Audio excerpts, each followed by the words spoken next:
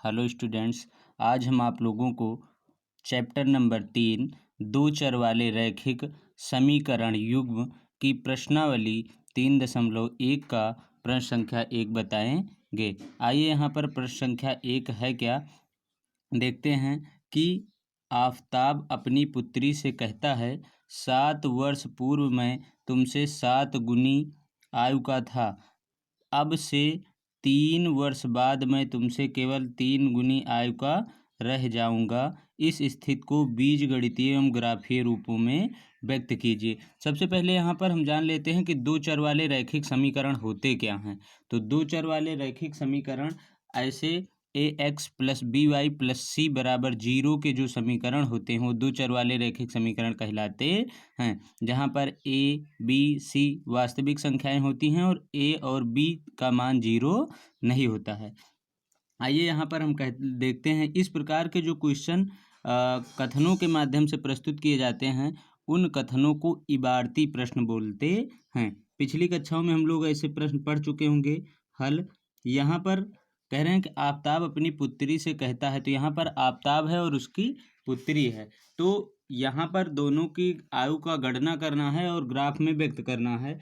तो आफताब अपनी पुत्री से कहता है 7 वर्ष पूर्व मैं तुमसे 7 गुनी आयु का था, अब से 3 वर्ष बाद मैं तुमसे केवल 3 गुनी आयु का रह जाऊंगा। इस स्थिति को बीजगणितीय एवं ग्राफीय रूप में व्यक्त कीजिए। तो इसको कैसे सॉल्व करते हैं। अब जब दो दिए गए हैं तो यहाँ पर दो चर के रूप में दिए गए, तो यहाँ पर हम दो चर मान लेंगे। मान लिया आफताब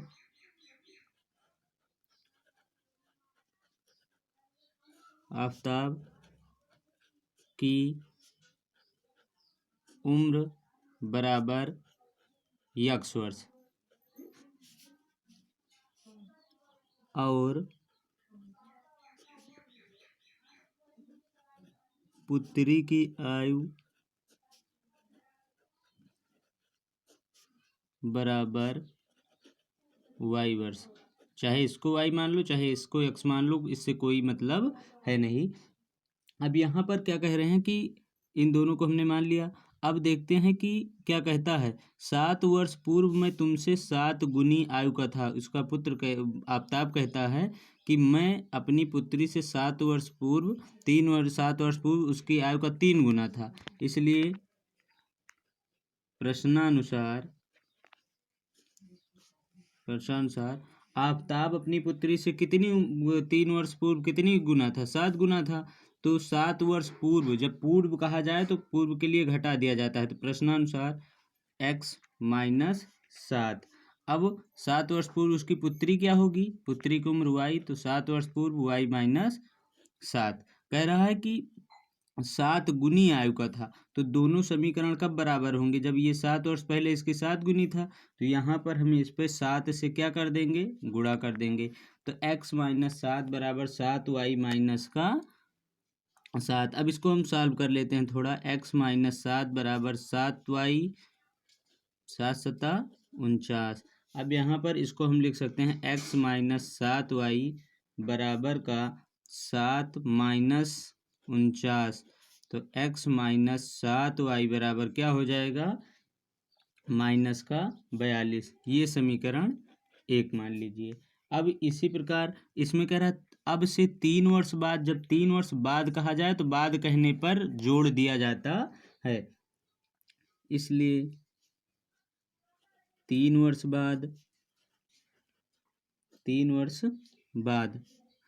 वर्ष बाद आफताब की आयु कितनी हो जाएगी,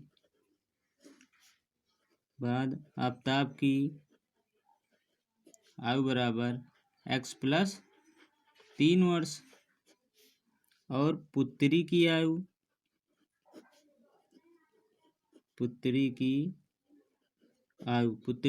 है 3 वर्ष बाद y प्लस 3 वर्ष। कह रहा है कि अब से 3 वर्ष बाद मैं तुमसे केवल 3 गुनी आयु का रह जाऊंगा। कौन 3 गुनी रह जाएगा, आफताब। इसलिए प्रश्नानुसार x प्लस 3 बराबर y प्लस 3, 3 गुना रह जाएगा तो यहाँ पर 3 से गुणा कर दिया जाएगा, तो ये बन जाएगा x प्लस 3 बराबर 3y प्लस 3 त्रिका 9। अब यहाँ से इसको इधर ले आएंगे तो x माइनस 3y उधर माइनस में जाएगा तो 9 में से 3 जाएगा तो क्या बचेगा 6। समीकरण 2। अब समीकरण 1 व 2 को हम लिख सकते हैं कैसे, हमें 2 मिल गए ना। समीकरण 1 व 2 का बीजगणितीय रूप, बीजगणितीय रूप। तो बीजगणितीय रूप हमें कौन कौन से मिले, x माइनस 7y।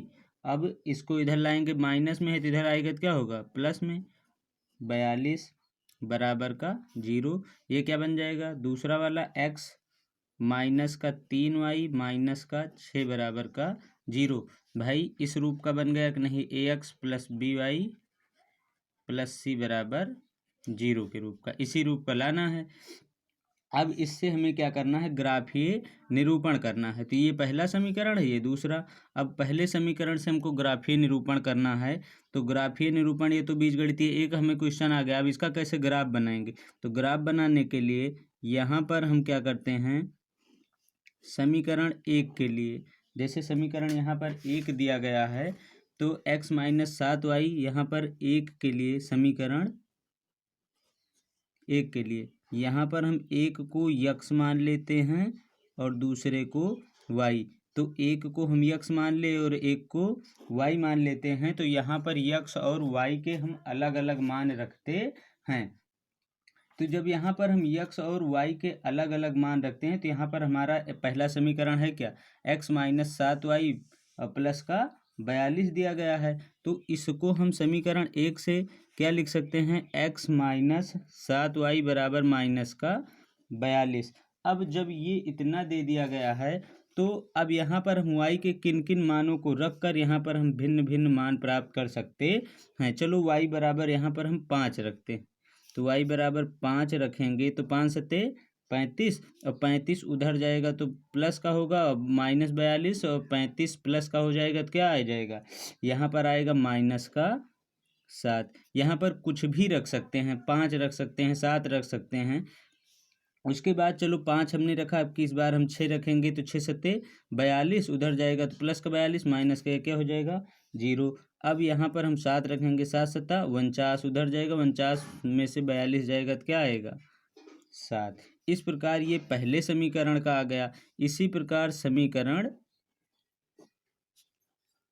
2 से, समीकरण 2 से, तो समीकरण 2 हमारा क्या था, समीकरण 2 यही तो है, x माइनस 3y बराबर, उधर जाएगा तो क्या 6 हो जाएगा। अब इसका भी ऐसे ग्राफीय निरूपण हम लोग कर लेंगे। ग्राफीय निरूपण, ये समीकरण 1 का था, ये किसका है, समीकरण 2 का। तो समीकरण 2 का है, तो इसको लिखने के लिए एक तरफ हम ऊपर लिखेंगे x, एक तरफ y। अब यहाँ पर भी हम भिन्न भिन्न मानों को रखते चलेंगे। चलिए यहाँ पर x बराबर मान लो हम यहाँ पर ये दिया गया है, अब यहाँ पर y बराबर हम क्या रखें, माइनस का 1। चलो माइनस का 1 रखेंगे, तो माइनस का 1 रखेंगे तो ये प्लस का क्या हो जाएगा 3, माइनस 1 और माइनस माइनस प्लस 3, उधर जाएगा माइनस का 3 हो जाएगा, 6 में से 3 जाएगा तो कितना आएगा 3। चलो माइनस 2 रखते हैं, तो माइनस 2 रखेंगे तो 2 3 6, प्लस का जाएगा तो ये 0। यहाँ पर माइनस 3 रखेंगे तो 3 तिरका 9, और उधर जाएगा तो प्लस का 9, क्या होगा 3 तिरका 9, भाई ये प्लस का 9, उधर जाएगा माइनस का 9 हो जाएगा, तो माइनस का 9 प्लस का 6 क्या आ जाएगा, माइनस का 3। यहाँ पर हमें भिन्न भिन्न मान प्राप्त हो गए हैं, अर्थात अब इन्हीं मानों की सहायता से हम एक ग्राफ खींच